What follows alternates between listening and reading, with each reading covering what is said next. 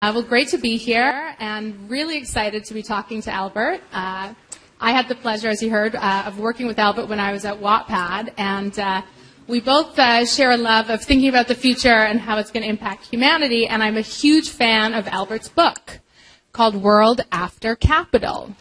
So some people in the audience may find it strange that you're a venture capitalist and you've written a book called World After Capital. Can you talk about that? Yeah, so I do get to have a lot of fun being part of that great process of capital allocation in the economy, but I think that capital is not the binding constraint for humanity at this point. So if you sort of take a very, very broad historic sweep, for millions of years, the binding constraint for humanity and our ancestors was food. You either found enough food or you starved, you had to migrate. And then about 10,000 years ago, we invented this thing that we now think of as agriculture, which was a bunch of different things, seeds and irrigation and domestication of cattle and so forth.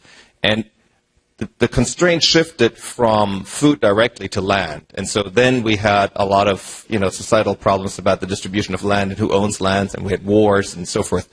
And then a couple hundred years ago, we shifted the constraint one more time, and we shifted the constraint from land to capital.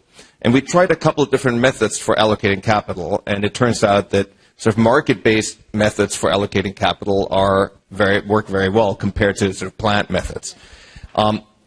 But I think what's happening with digital technology is that the constraint has shifted one more time. I don't think the constraint is capital allocation. It's attention allocation. And you can look at capital. You can start with financial capital. There's a ton of it. I mean, we've heard from people today who've raised money for extraordinary projects that, in the past might have had to rely on public funding, and there's enough equity funding to build quantum computers, to build humanoid robots, and other kind of moonshot projects.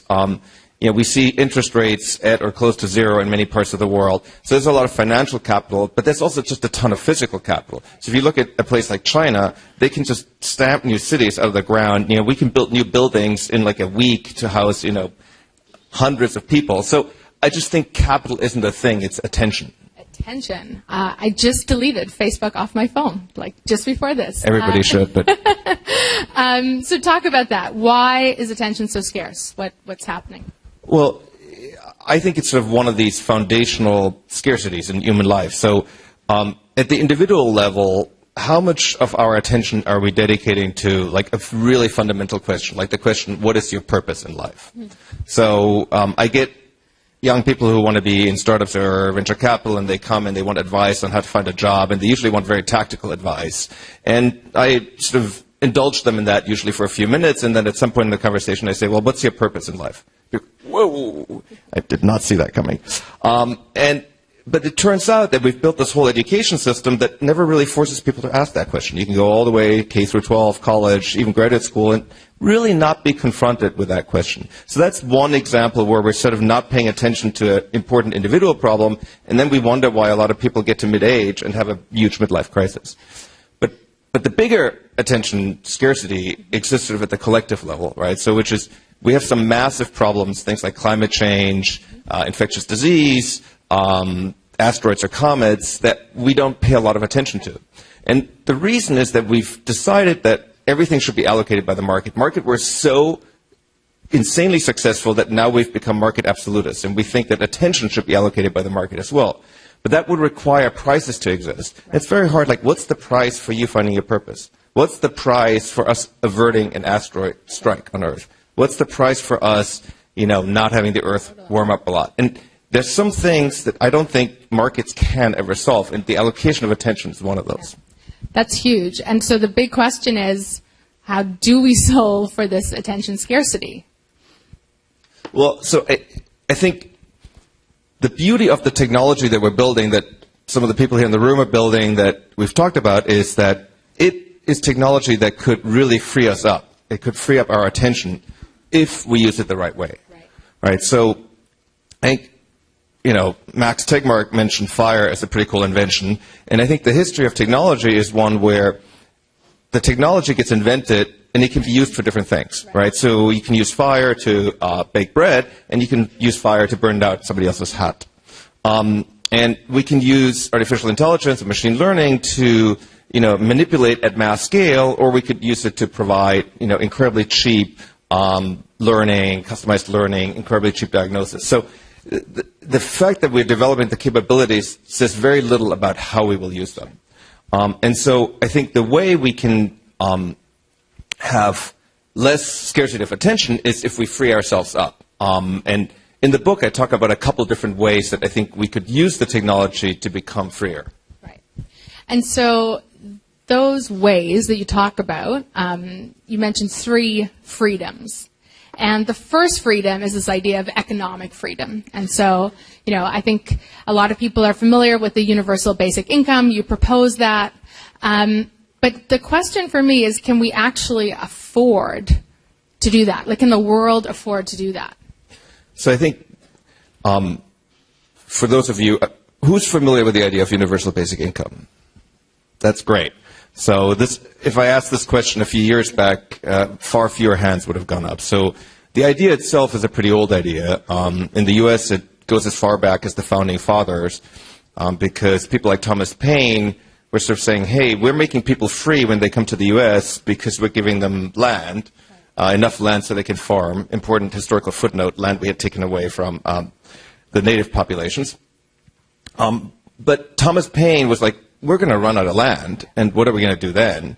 And back then, he said, well, we could just give people money, and then they would still be free. So the idea isn't necessarily a new idea. And then, in Canada, there was the famous Minkum experiment, and under Nixon, the U.S. almost passed a basic income. So the idea has been kicking around for a long time. I'm actually quite glad we didn't do it back then, because I think we were not sufficiently technologically advanced to actually afford it. Right. The whole point of all these technologies is that we can afford a lot. If we think about it in terms of the physical transformations that we can affect in the world. The problem is we think about it in terms of money instead. And money puts this big veil over it, because we look at like household budgets and we go, oh, well, there's not enough money in this budget, and who are we going to tax? And then Bill Gates suggests we tax the robots because the alternative is to tax Bill Gates. So, so it turns out I think that's not the only place we could go. Right. So we don't have that much more time, so I want to go on to the next ones.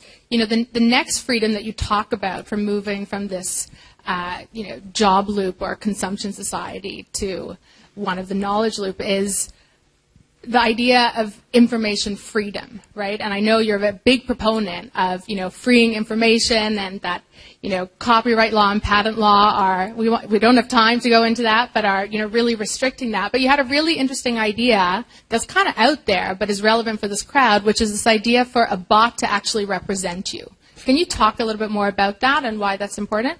Yeah, so these days we all carry a supercomputer around in our pocket. And there's something very strange about this. I just bought a Pixel 2 for, I don't know, $600. I'm paying for a pretty good data plan, which I think is like $100 a month. And then when I go to the home screen of my phone and I press an icon for an app, at that moment I lose complete control of the phone. It does whatever the app maker wants. So, if I tap on the Facebook icon, the phone is now almost like under the control of Facebook. And that's a really weird and I think problematic state in the world. So we had this brief, glorious age of the web browser, which in the HTTP protocol is called the user agent. It's called the user agent because it's a piece of code that I fully control. And I can assert my power in that world, and one way I can assert it, for instance, is that I can strip ads. Now, people don't like that who are publishers, but it shows that I have real power in that world. I control computation on my end. Mm-hmm. But when we shift to the mobile and mobile native apps, we've lost that power. And so, this is a bit of an extreme proposal, but I think it's at least worth thinking about. What if every company that had 1 million users or more was basically by law required to issue an API key to any user? Just key for my interactions with the system, so that if I wanted my interactions to be intermediated by an intelligence that works on my behalf and not on the behalf of Facebook or on the behalf of Google or Apple, I could have somebody write such an intelligence for me or for everybody else in this room. Right now, the only people who can write this type of intelligence are Google and Apple, because they can sort of sit at a layer in the OS where they have access to a lot of this information. But if you are an independent app developer, you really can't build that. Yeah. Absolutely. And I think the Freudian slip this morning kind of prove that. The last freedom that you talk about in your book was an interesting one because it's psychological freedom and this idea that, sometimes our minds are actually our biggest enemy. And with all this existential angst in the world right now, that's a really big deal for people. So how do you kind of think about that as like a freedom that we need to focus on? Well, we had a great slide in the Vicarious talk about the sort of old brain, reptilian brain, and the new brain. And the reality is we all carry these parts in us. And, in the sort of ancestral environment that our brain evolved in, when you saw a cat, it was an actual cat. Today, I can give you an unlimited feed of cat pictures, right? And so, like, how do you prevent yourself from just sitting there and refreshing your feed and think, oh, that's another cute cat or a cute kitten? And the big problem is because we've seen everything through the lens of capital and we think about capital as being the scarce thing in the world, we think about how can we make another company that's worth a lot of money. And so, of course, if you think about why is Facebook worth a lot of money, they're worth a lot of money because they capture a lot of our collective attention. And it's very easy to collect our attention with sort of giving us things that appeal to our sort of, emotional level. It's much harder to say, go out and spend time outdoors or go out and solve a difficult problem or go out and learn something new, sort of, in Kahneman's books of System 1 versus System 2. It's a lot cheaper and more efficient and effective to grab your attention and to make your attention in a way scarcer by hooking you on that cheap emotional level than by making you think. Right. That is a lot of change that you are suggesting. And do you want to talk a little bit more about the knowledge loop and sort of where you want us to go from this job loop? Yeah, so I think this is a topic that's come up several times today, and Max brought it up in his talk, which is the thing that powers everything that we do, the fact that we have these amazing devices, that we can sit in this room with projectors, it's this sort of accumulated human knowledge, and that's sort of the grand human project. It's also what makes us different from the other species. It gives us sort of extraordinary power and that we've inherited from generations before us that have generated this knowledge. And sort of our responsibility comes because we have great power. That's why we have sort of responsibility for other species and why we have responsibility for the sort of allocation of our attention, because we can sort of consciously think about it. So I do very much believe that we kind of need to change everything. And when I say this, people go, that's crazy, you can't change everything. And I say, well, look, we've had 3 ages before. We've had the forager age, and when we went from that to the agrarian age, we went from being migratory to being sedentary. We went from being promiscuous to being monogamous-ish. We went from having very flat societies to having very hierarchical societies. We went from animistic religions to religions with gods. And then when we went from the agrarian age to the industrial age, we went from, living in the country to living in the city, living in large families to living in no family. We went from, the great chain of being theologies to the Protestant work ethic. We have literally changed everything twice. And so the idea that in response to this extraordinary new set of technological capabilities, it could just be business as usual, I think that's the crazy idea. That's great.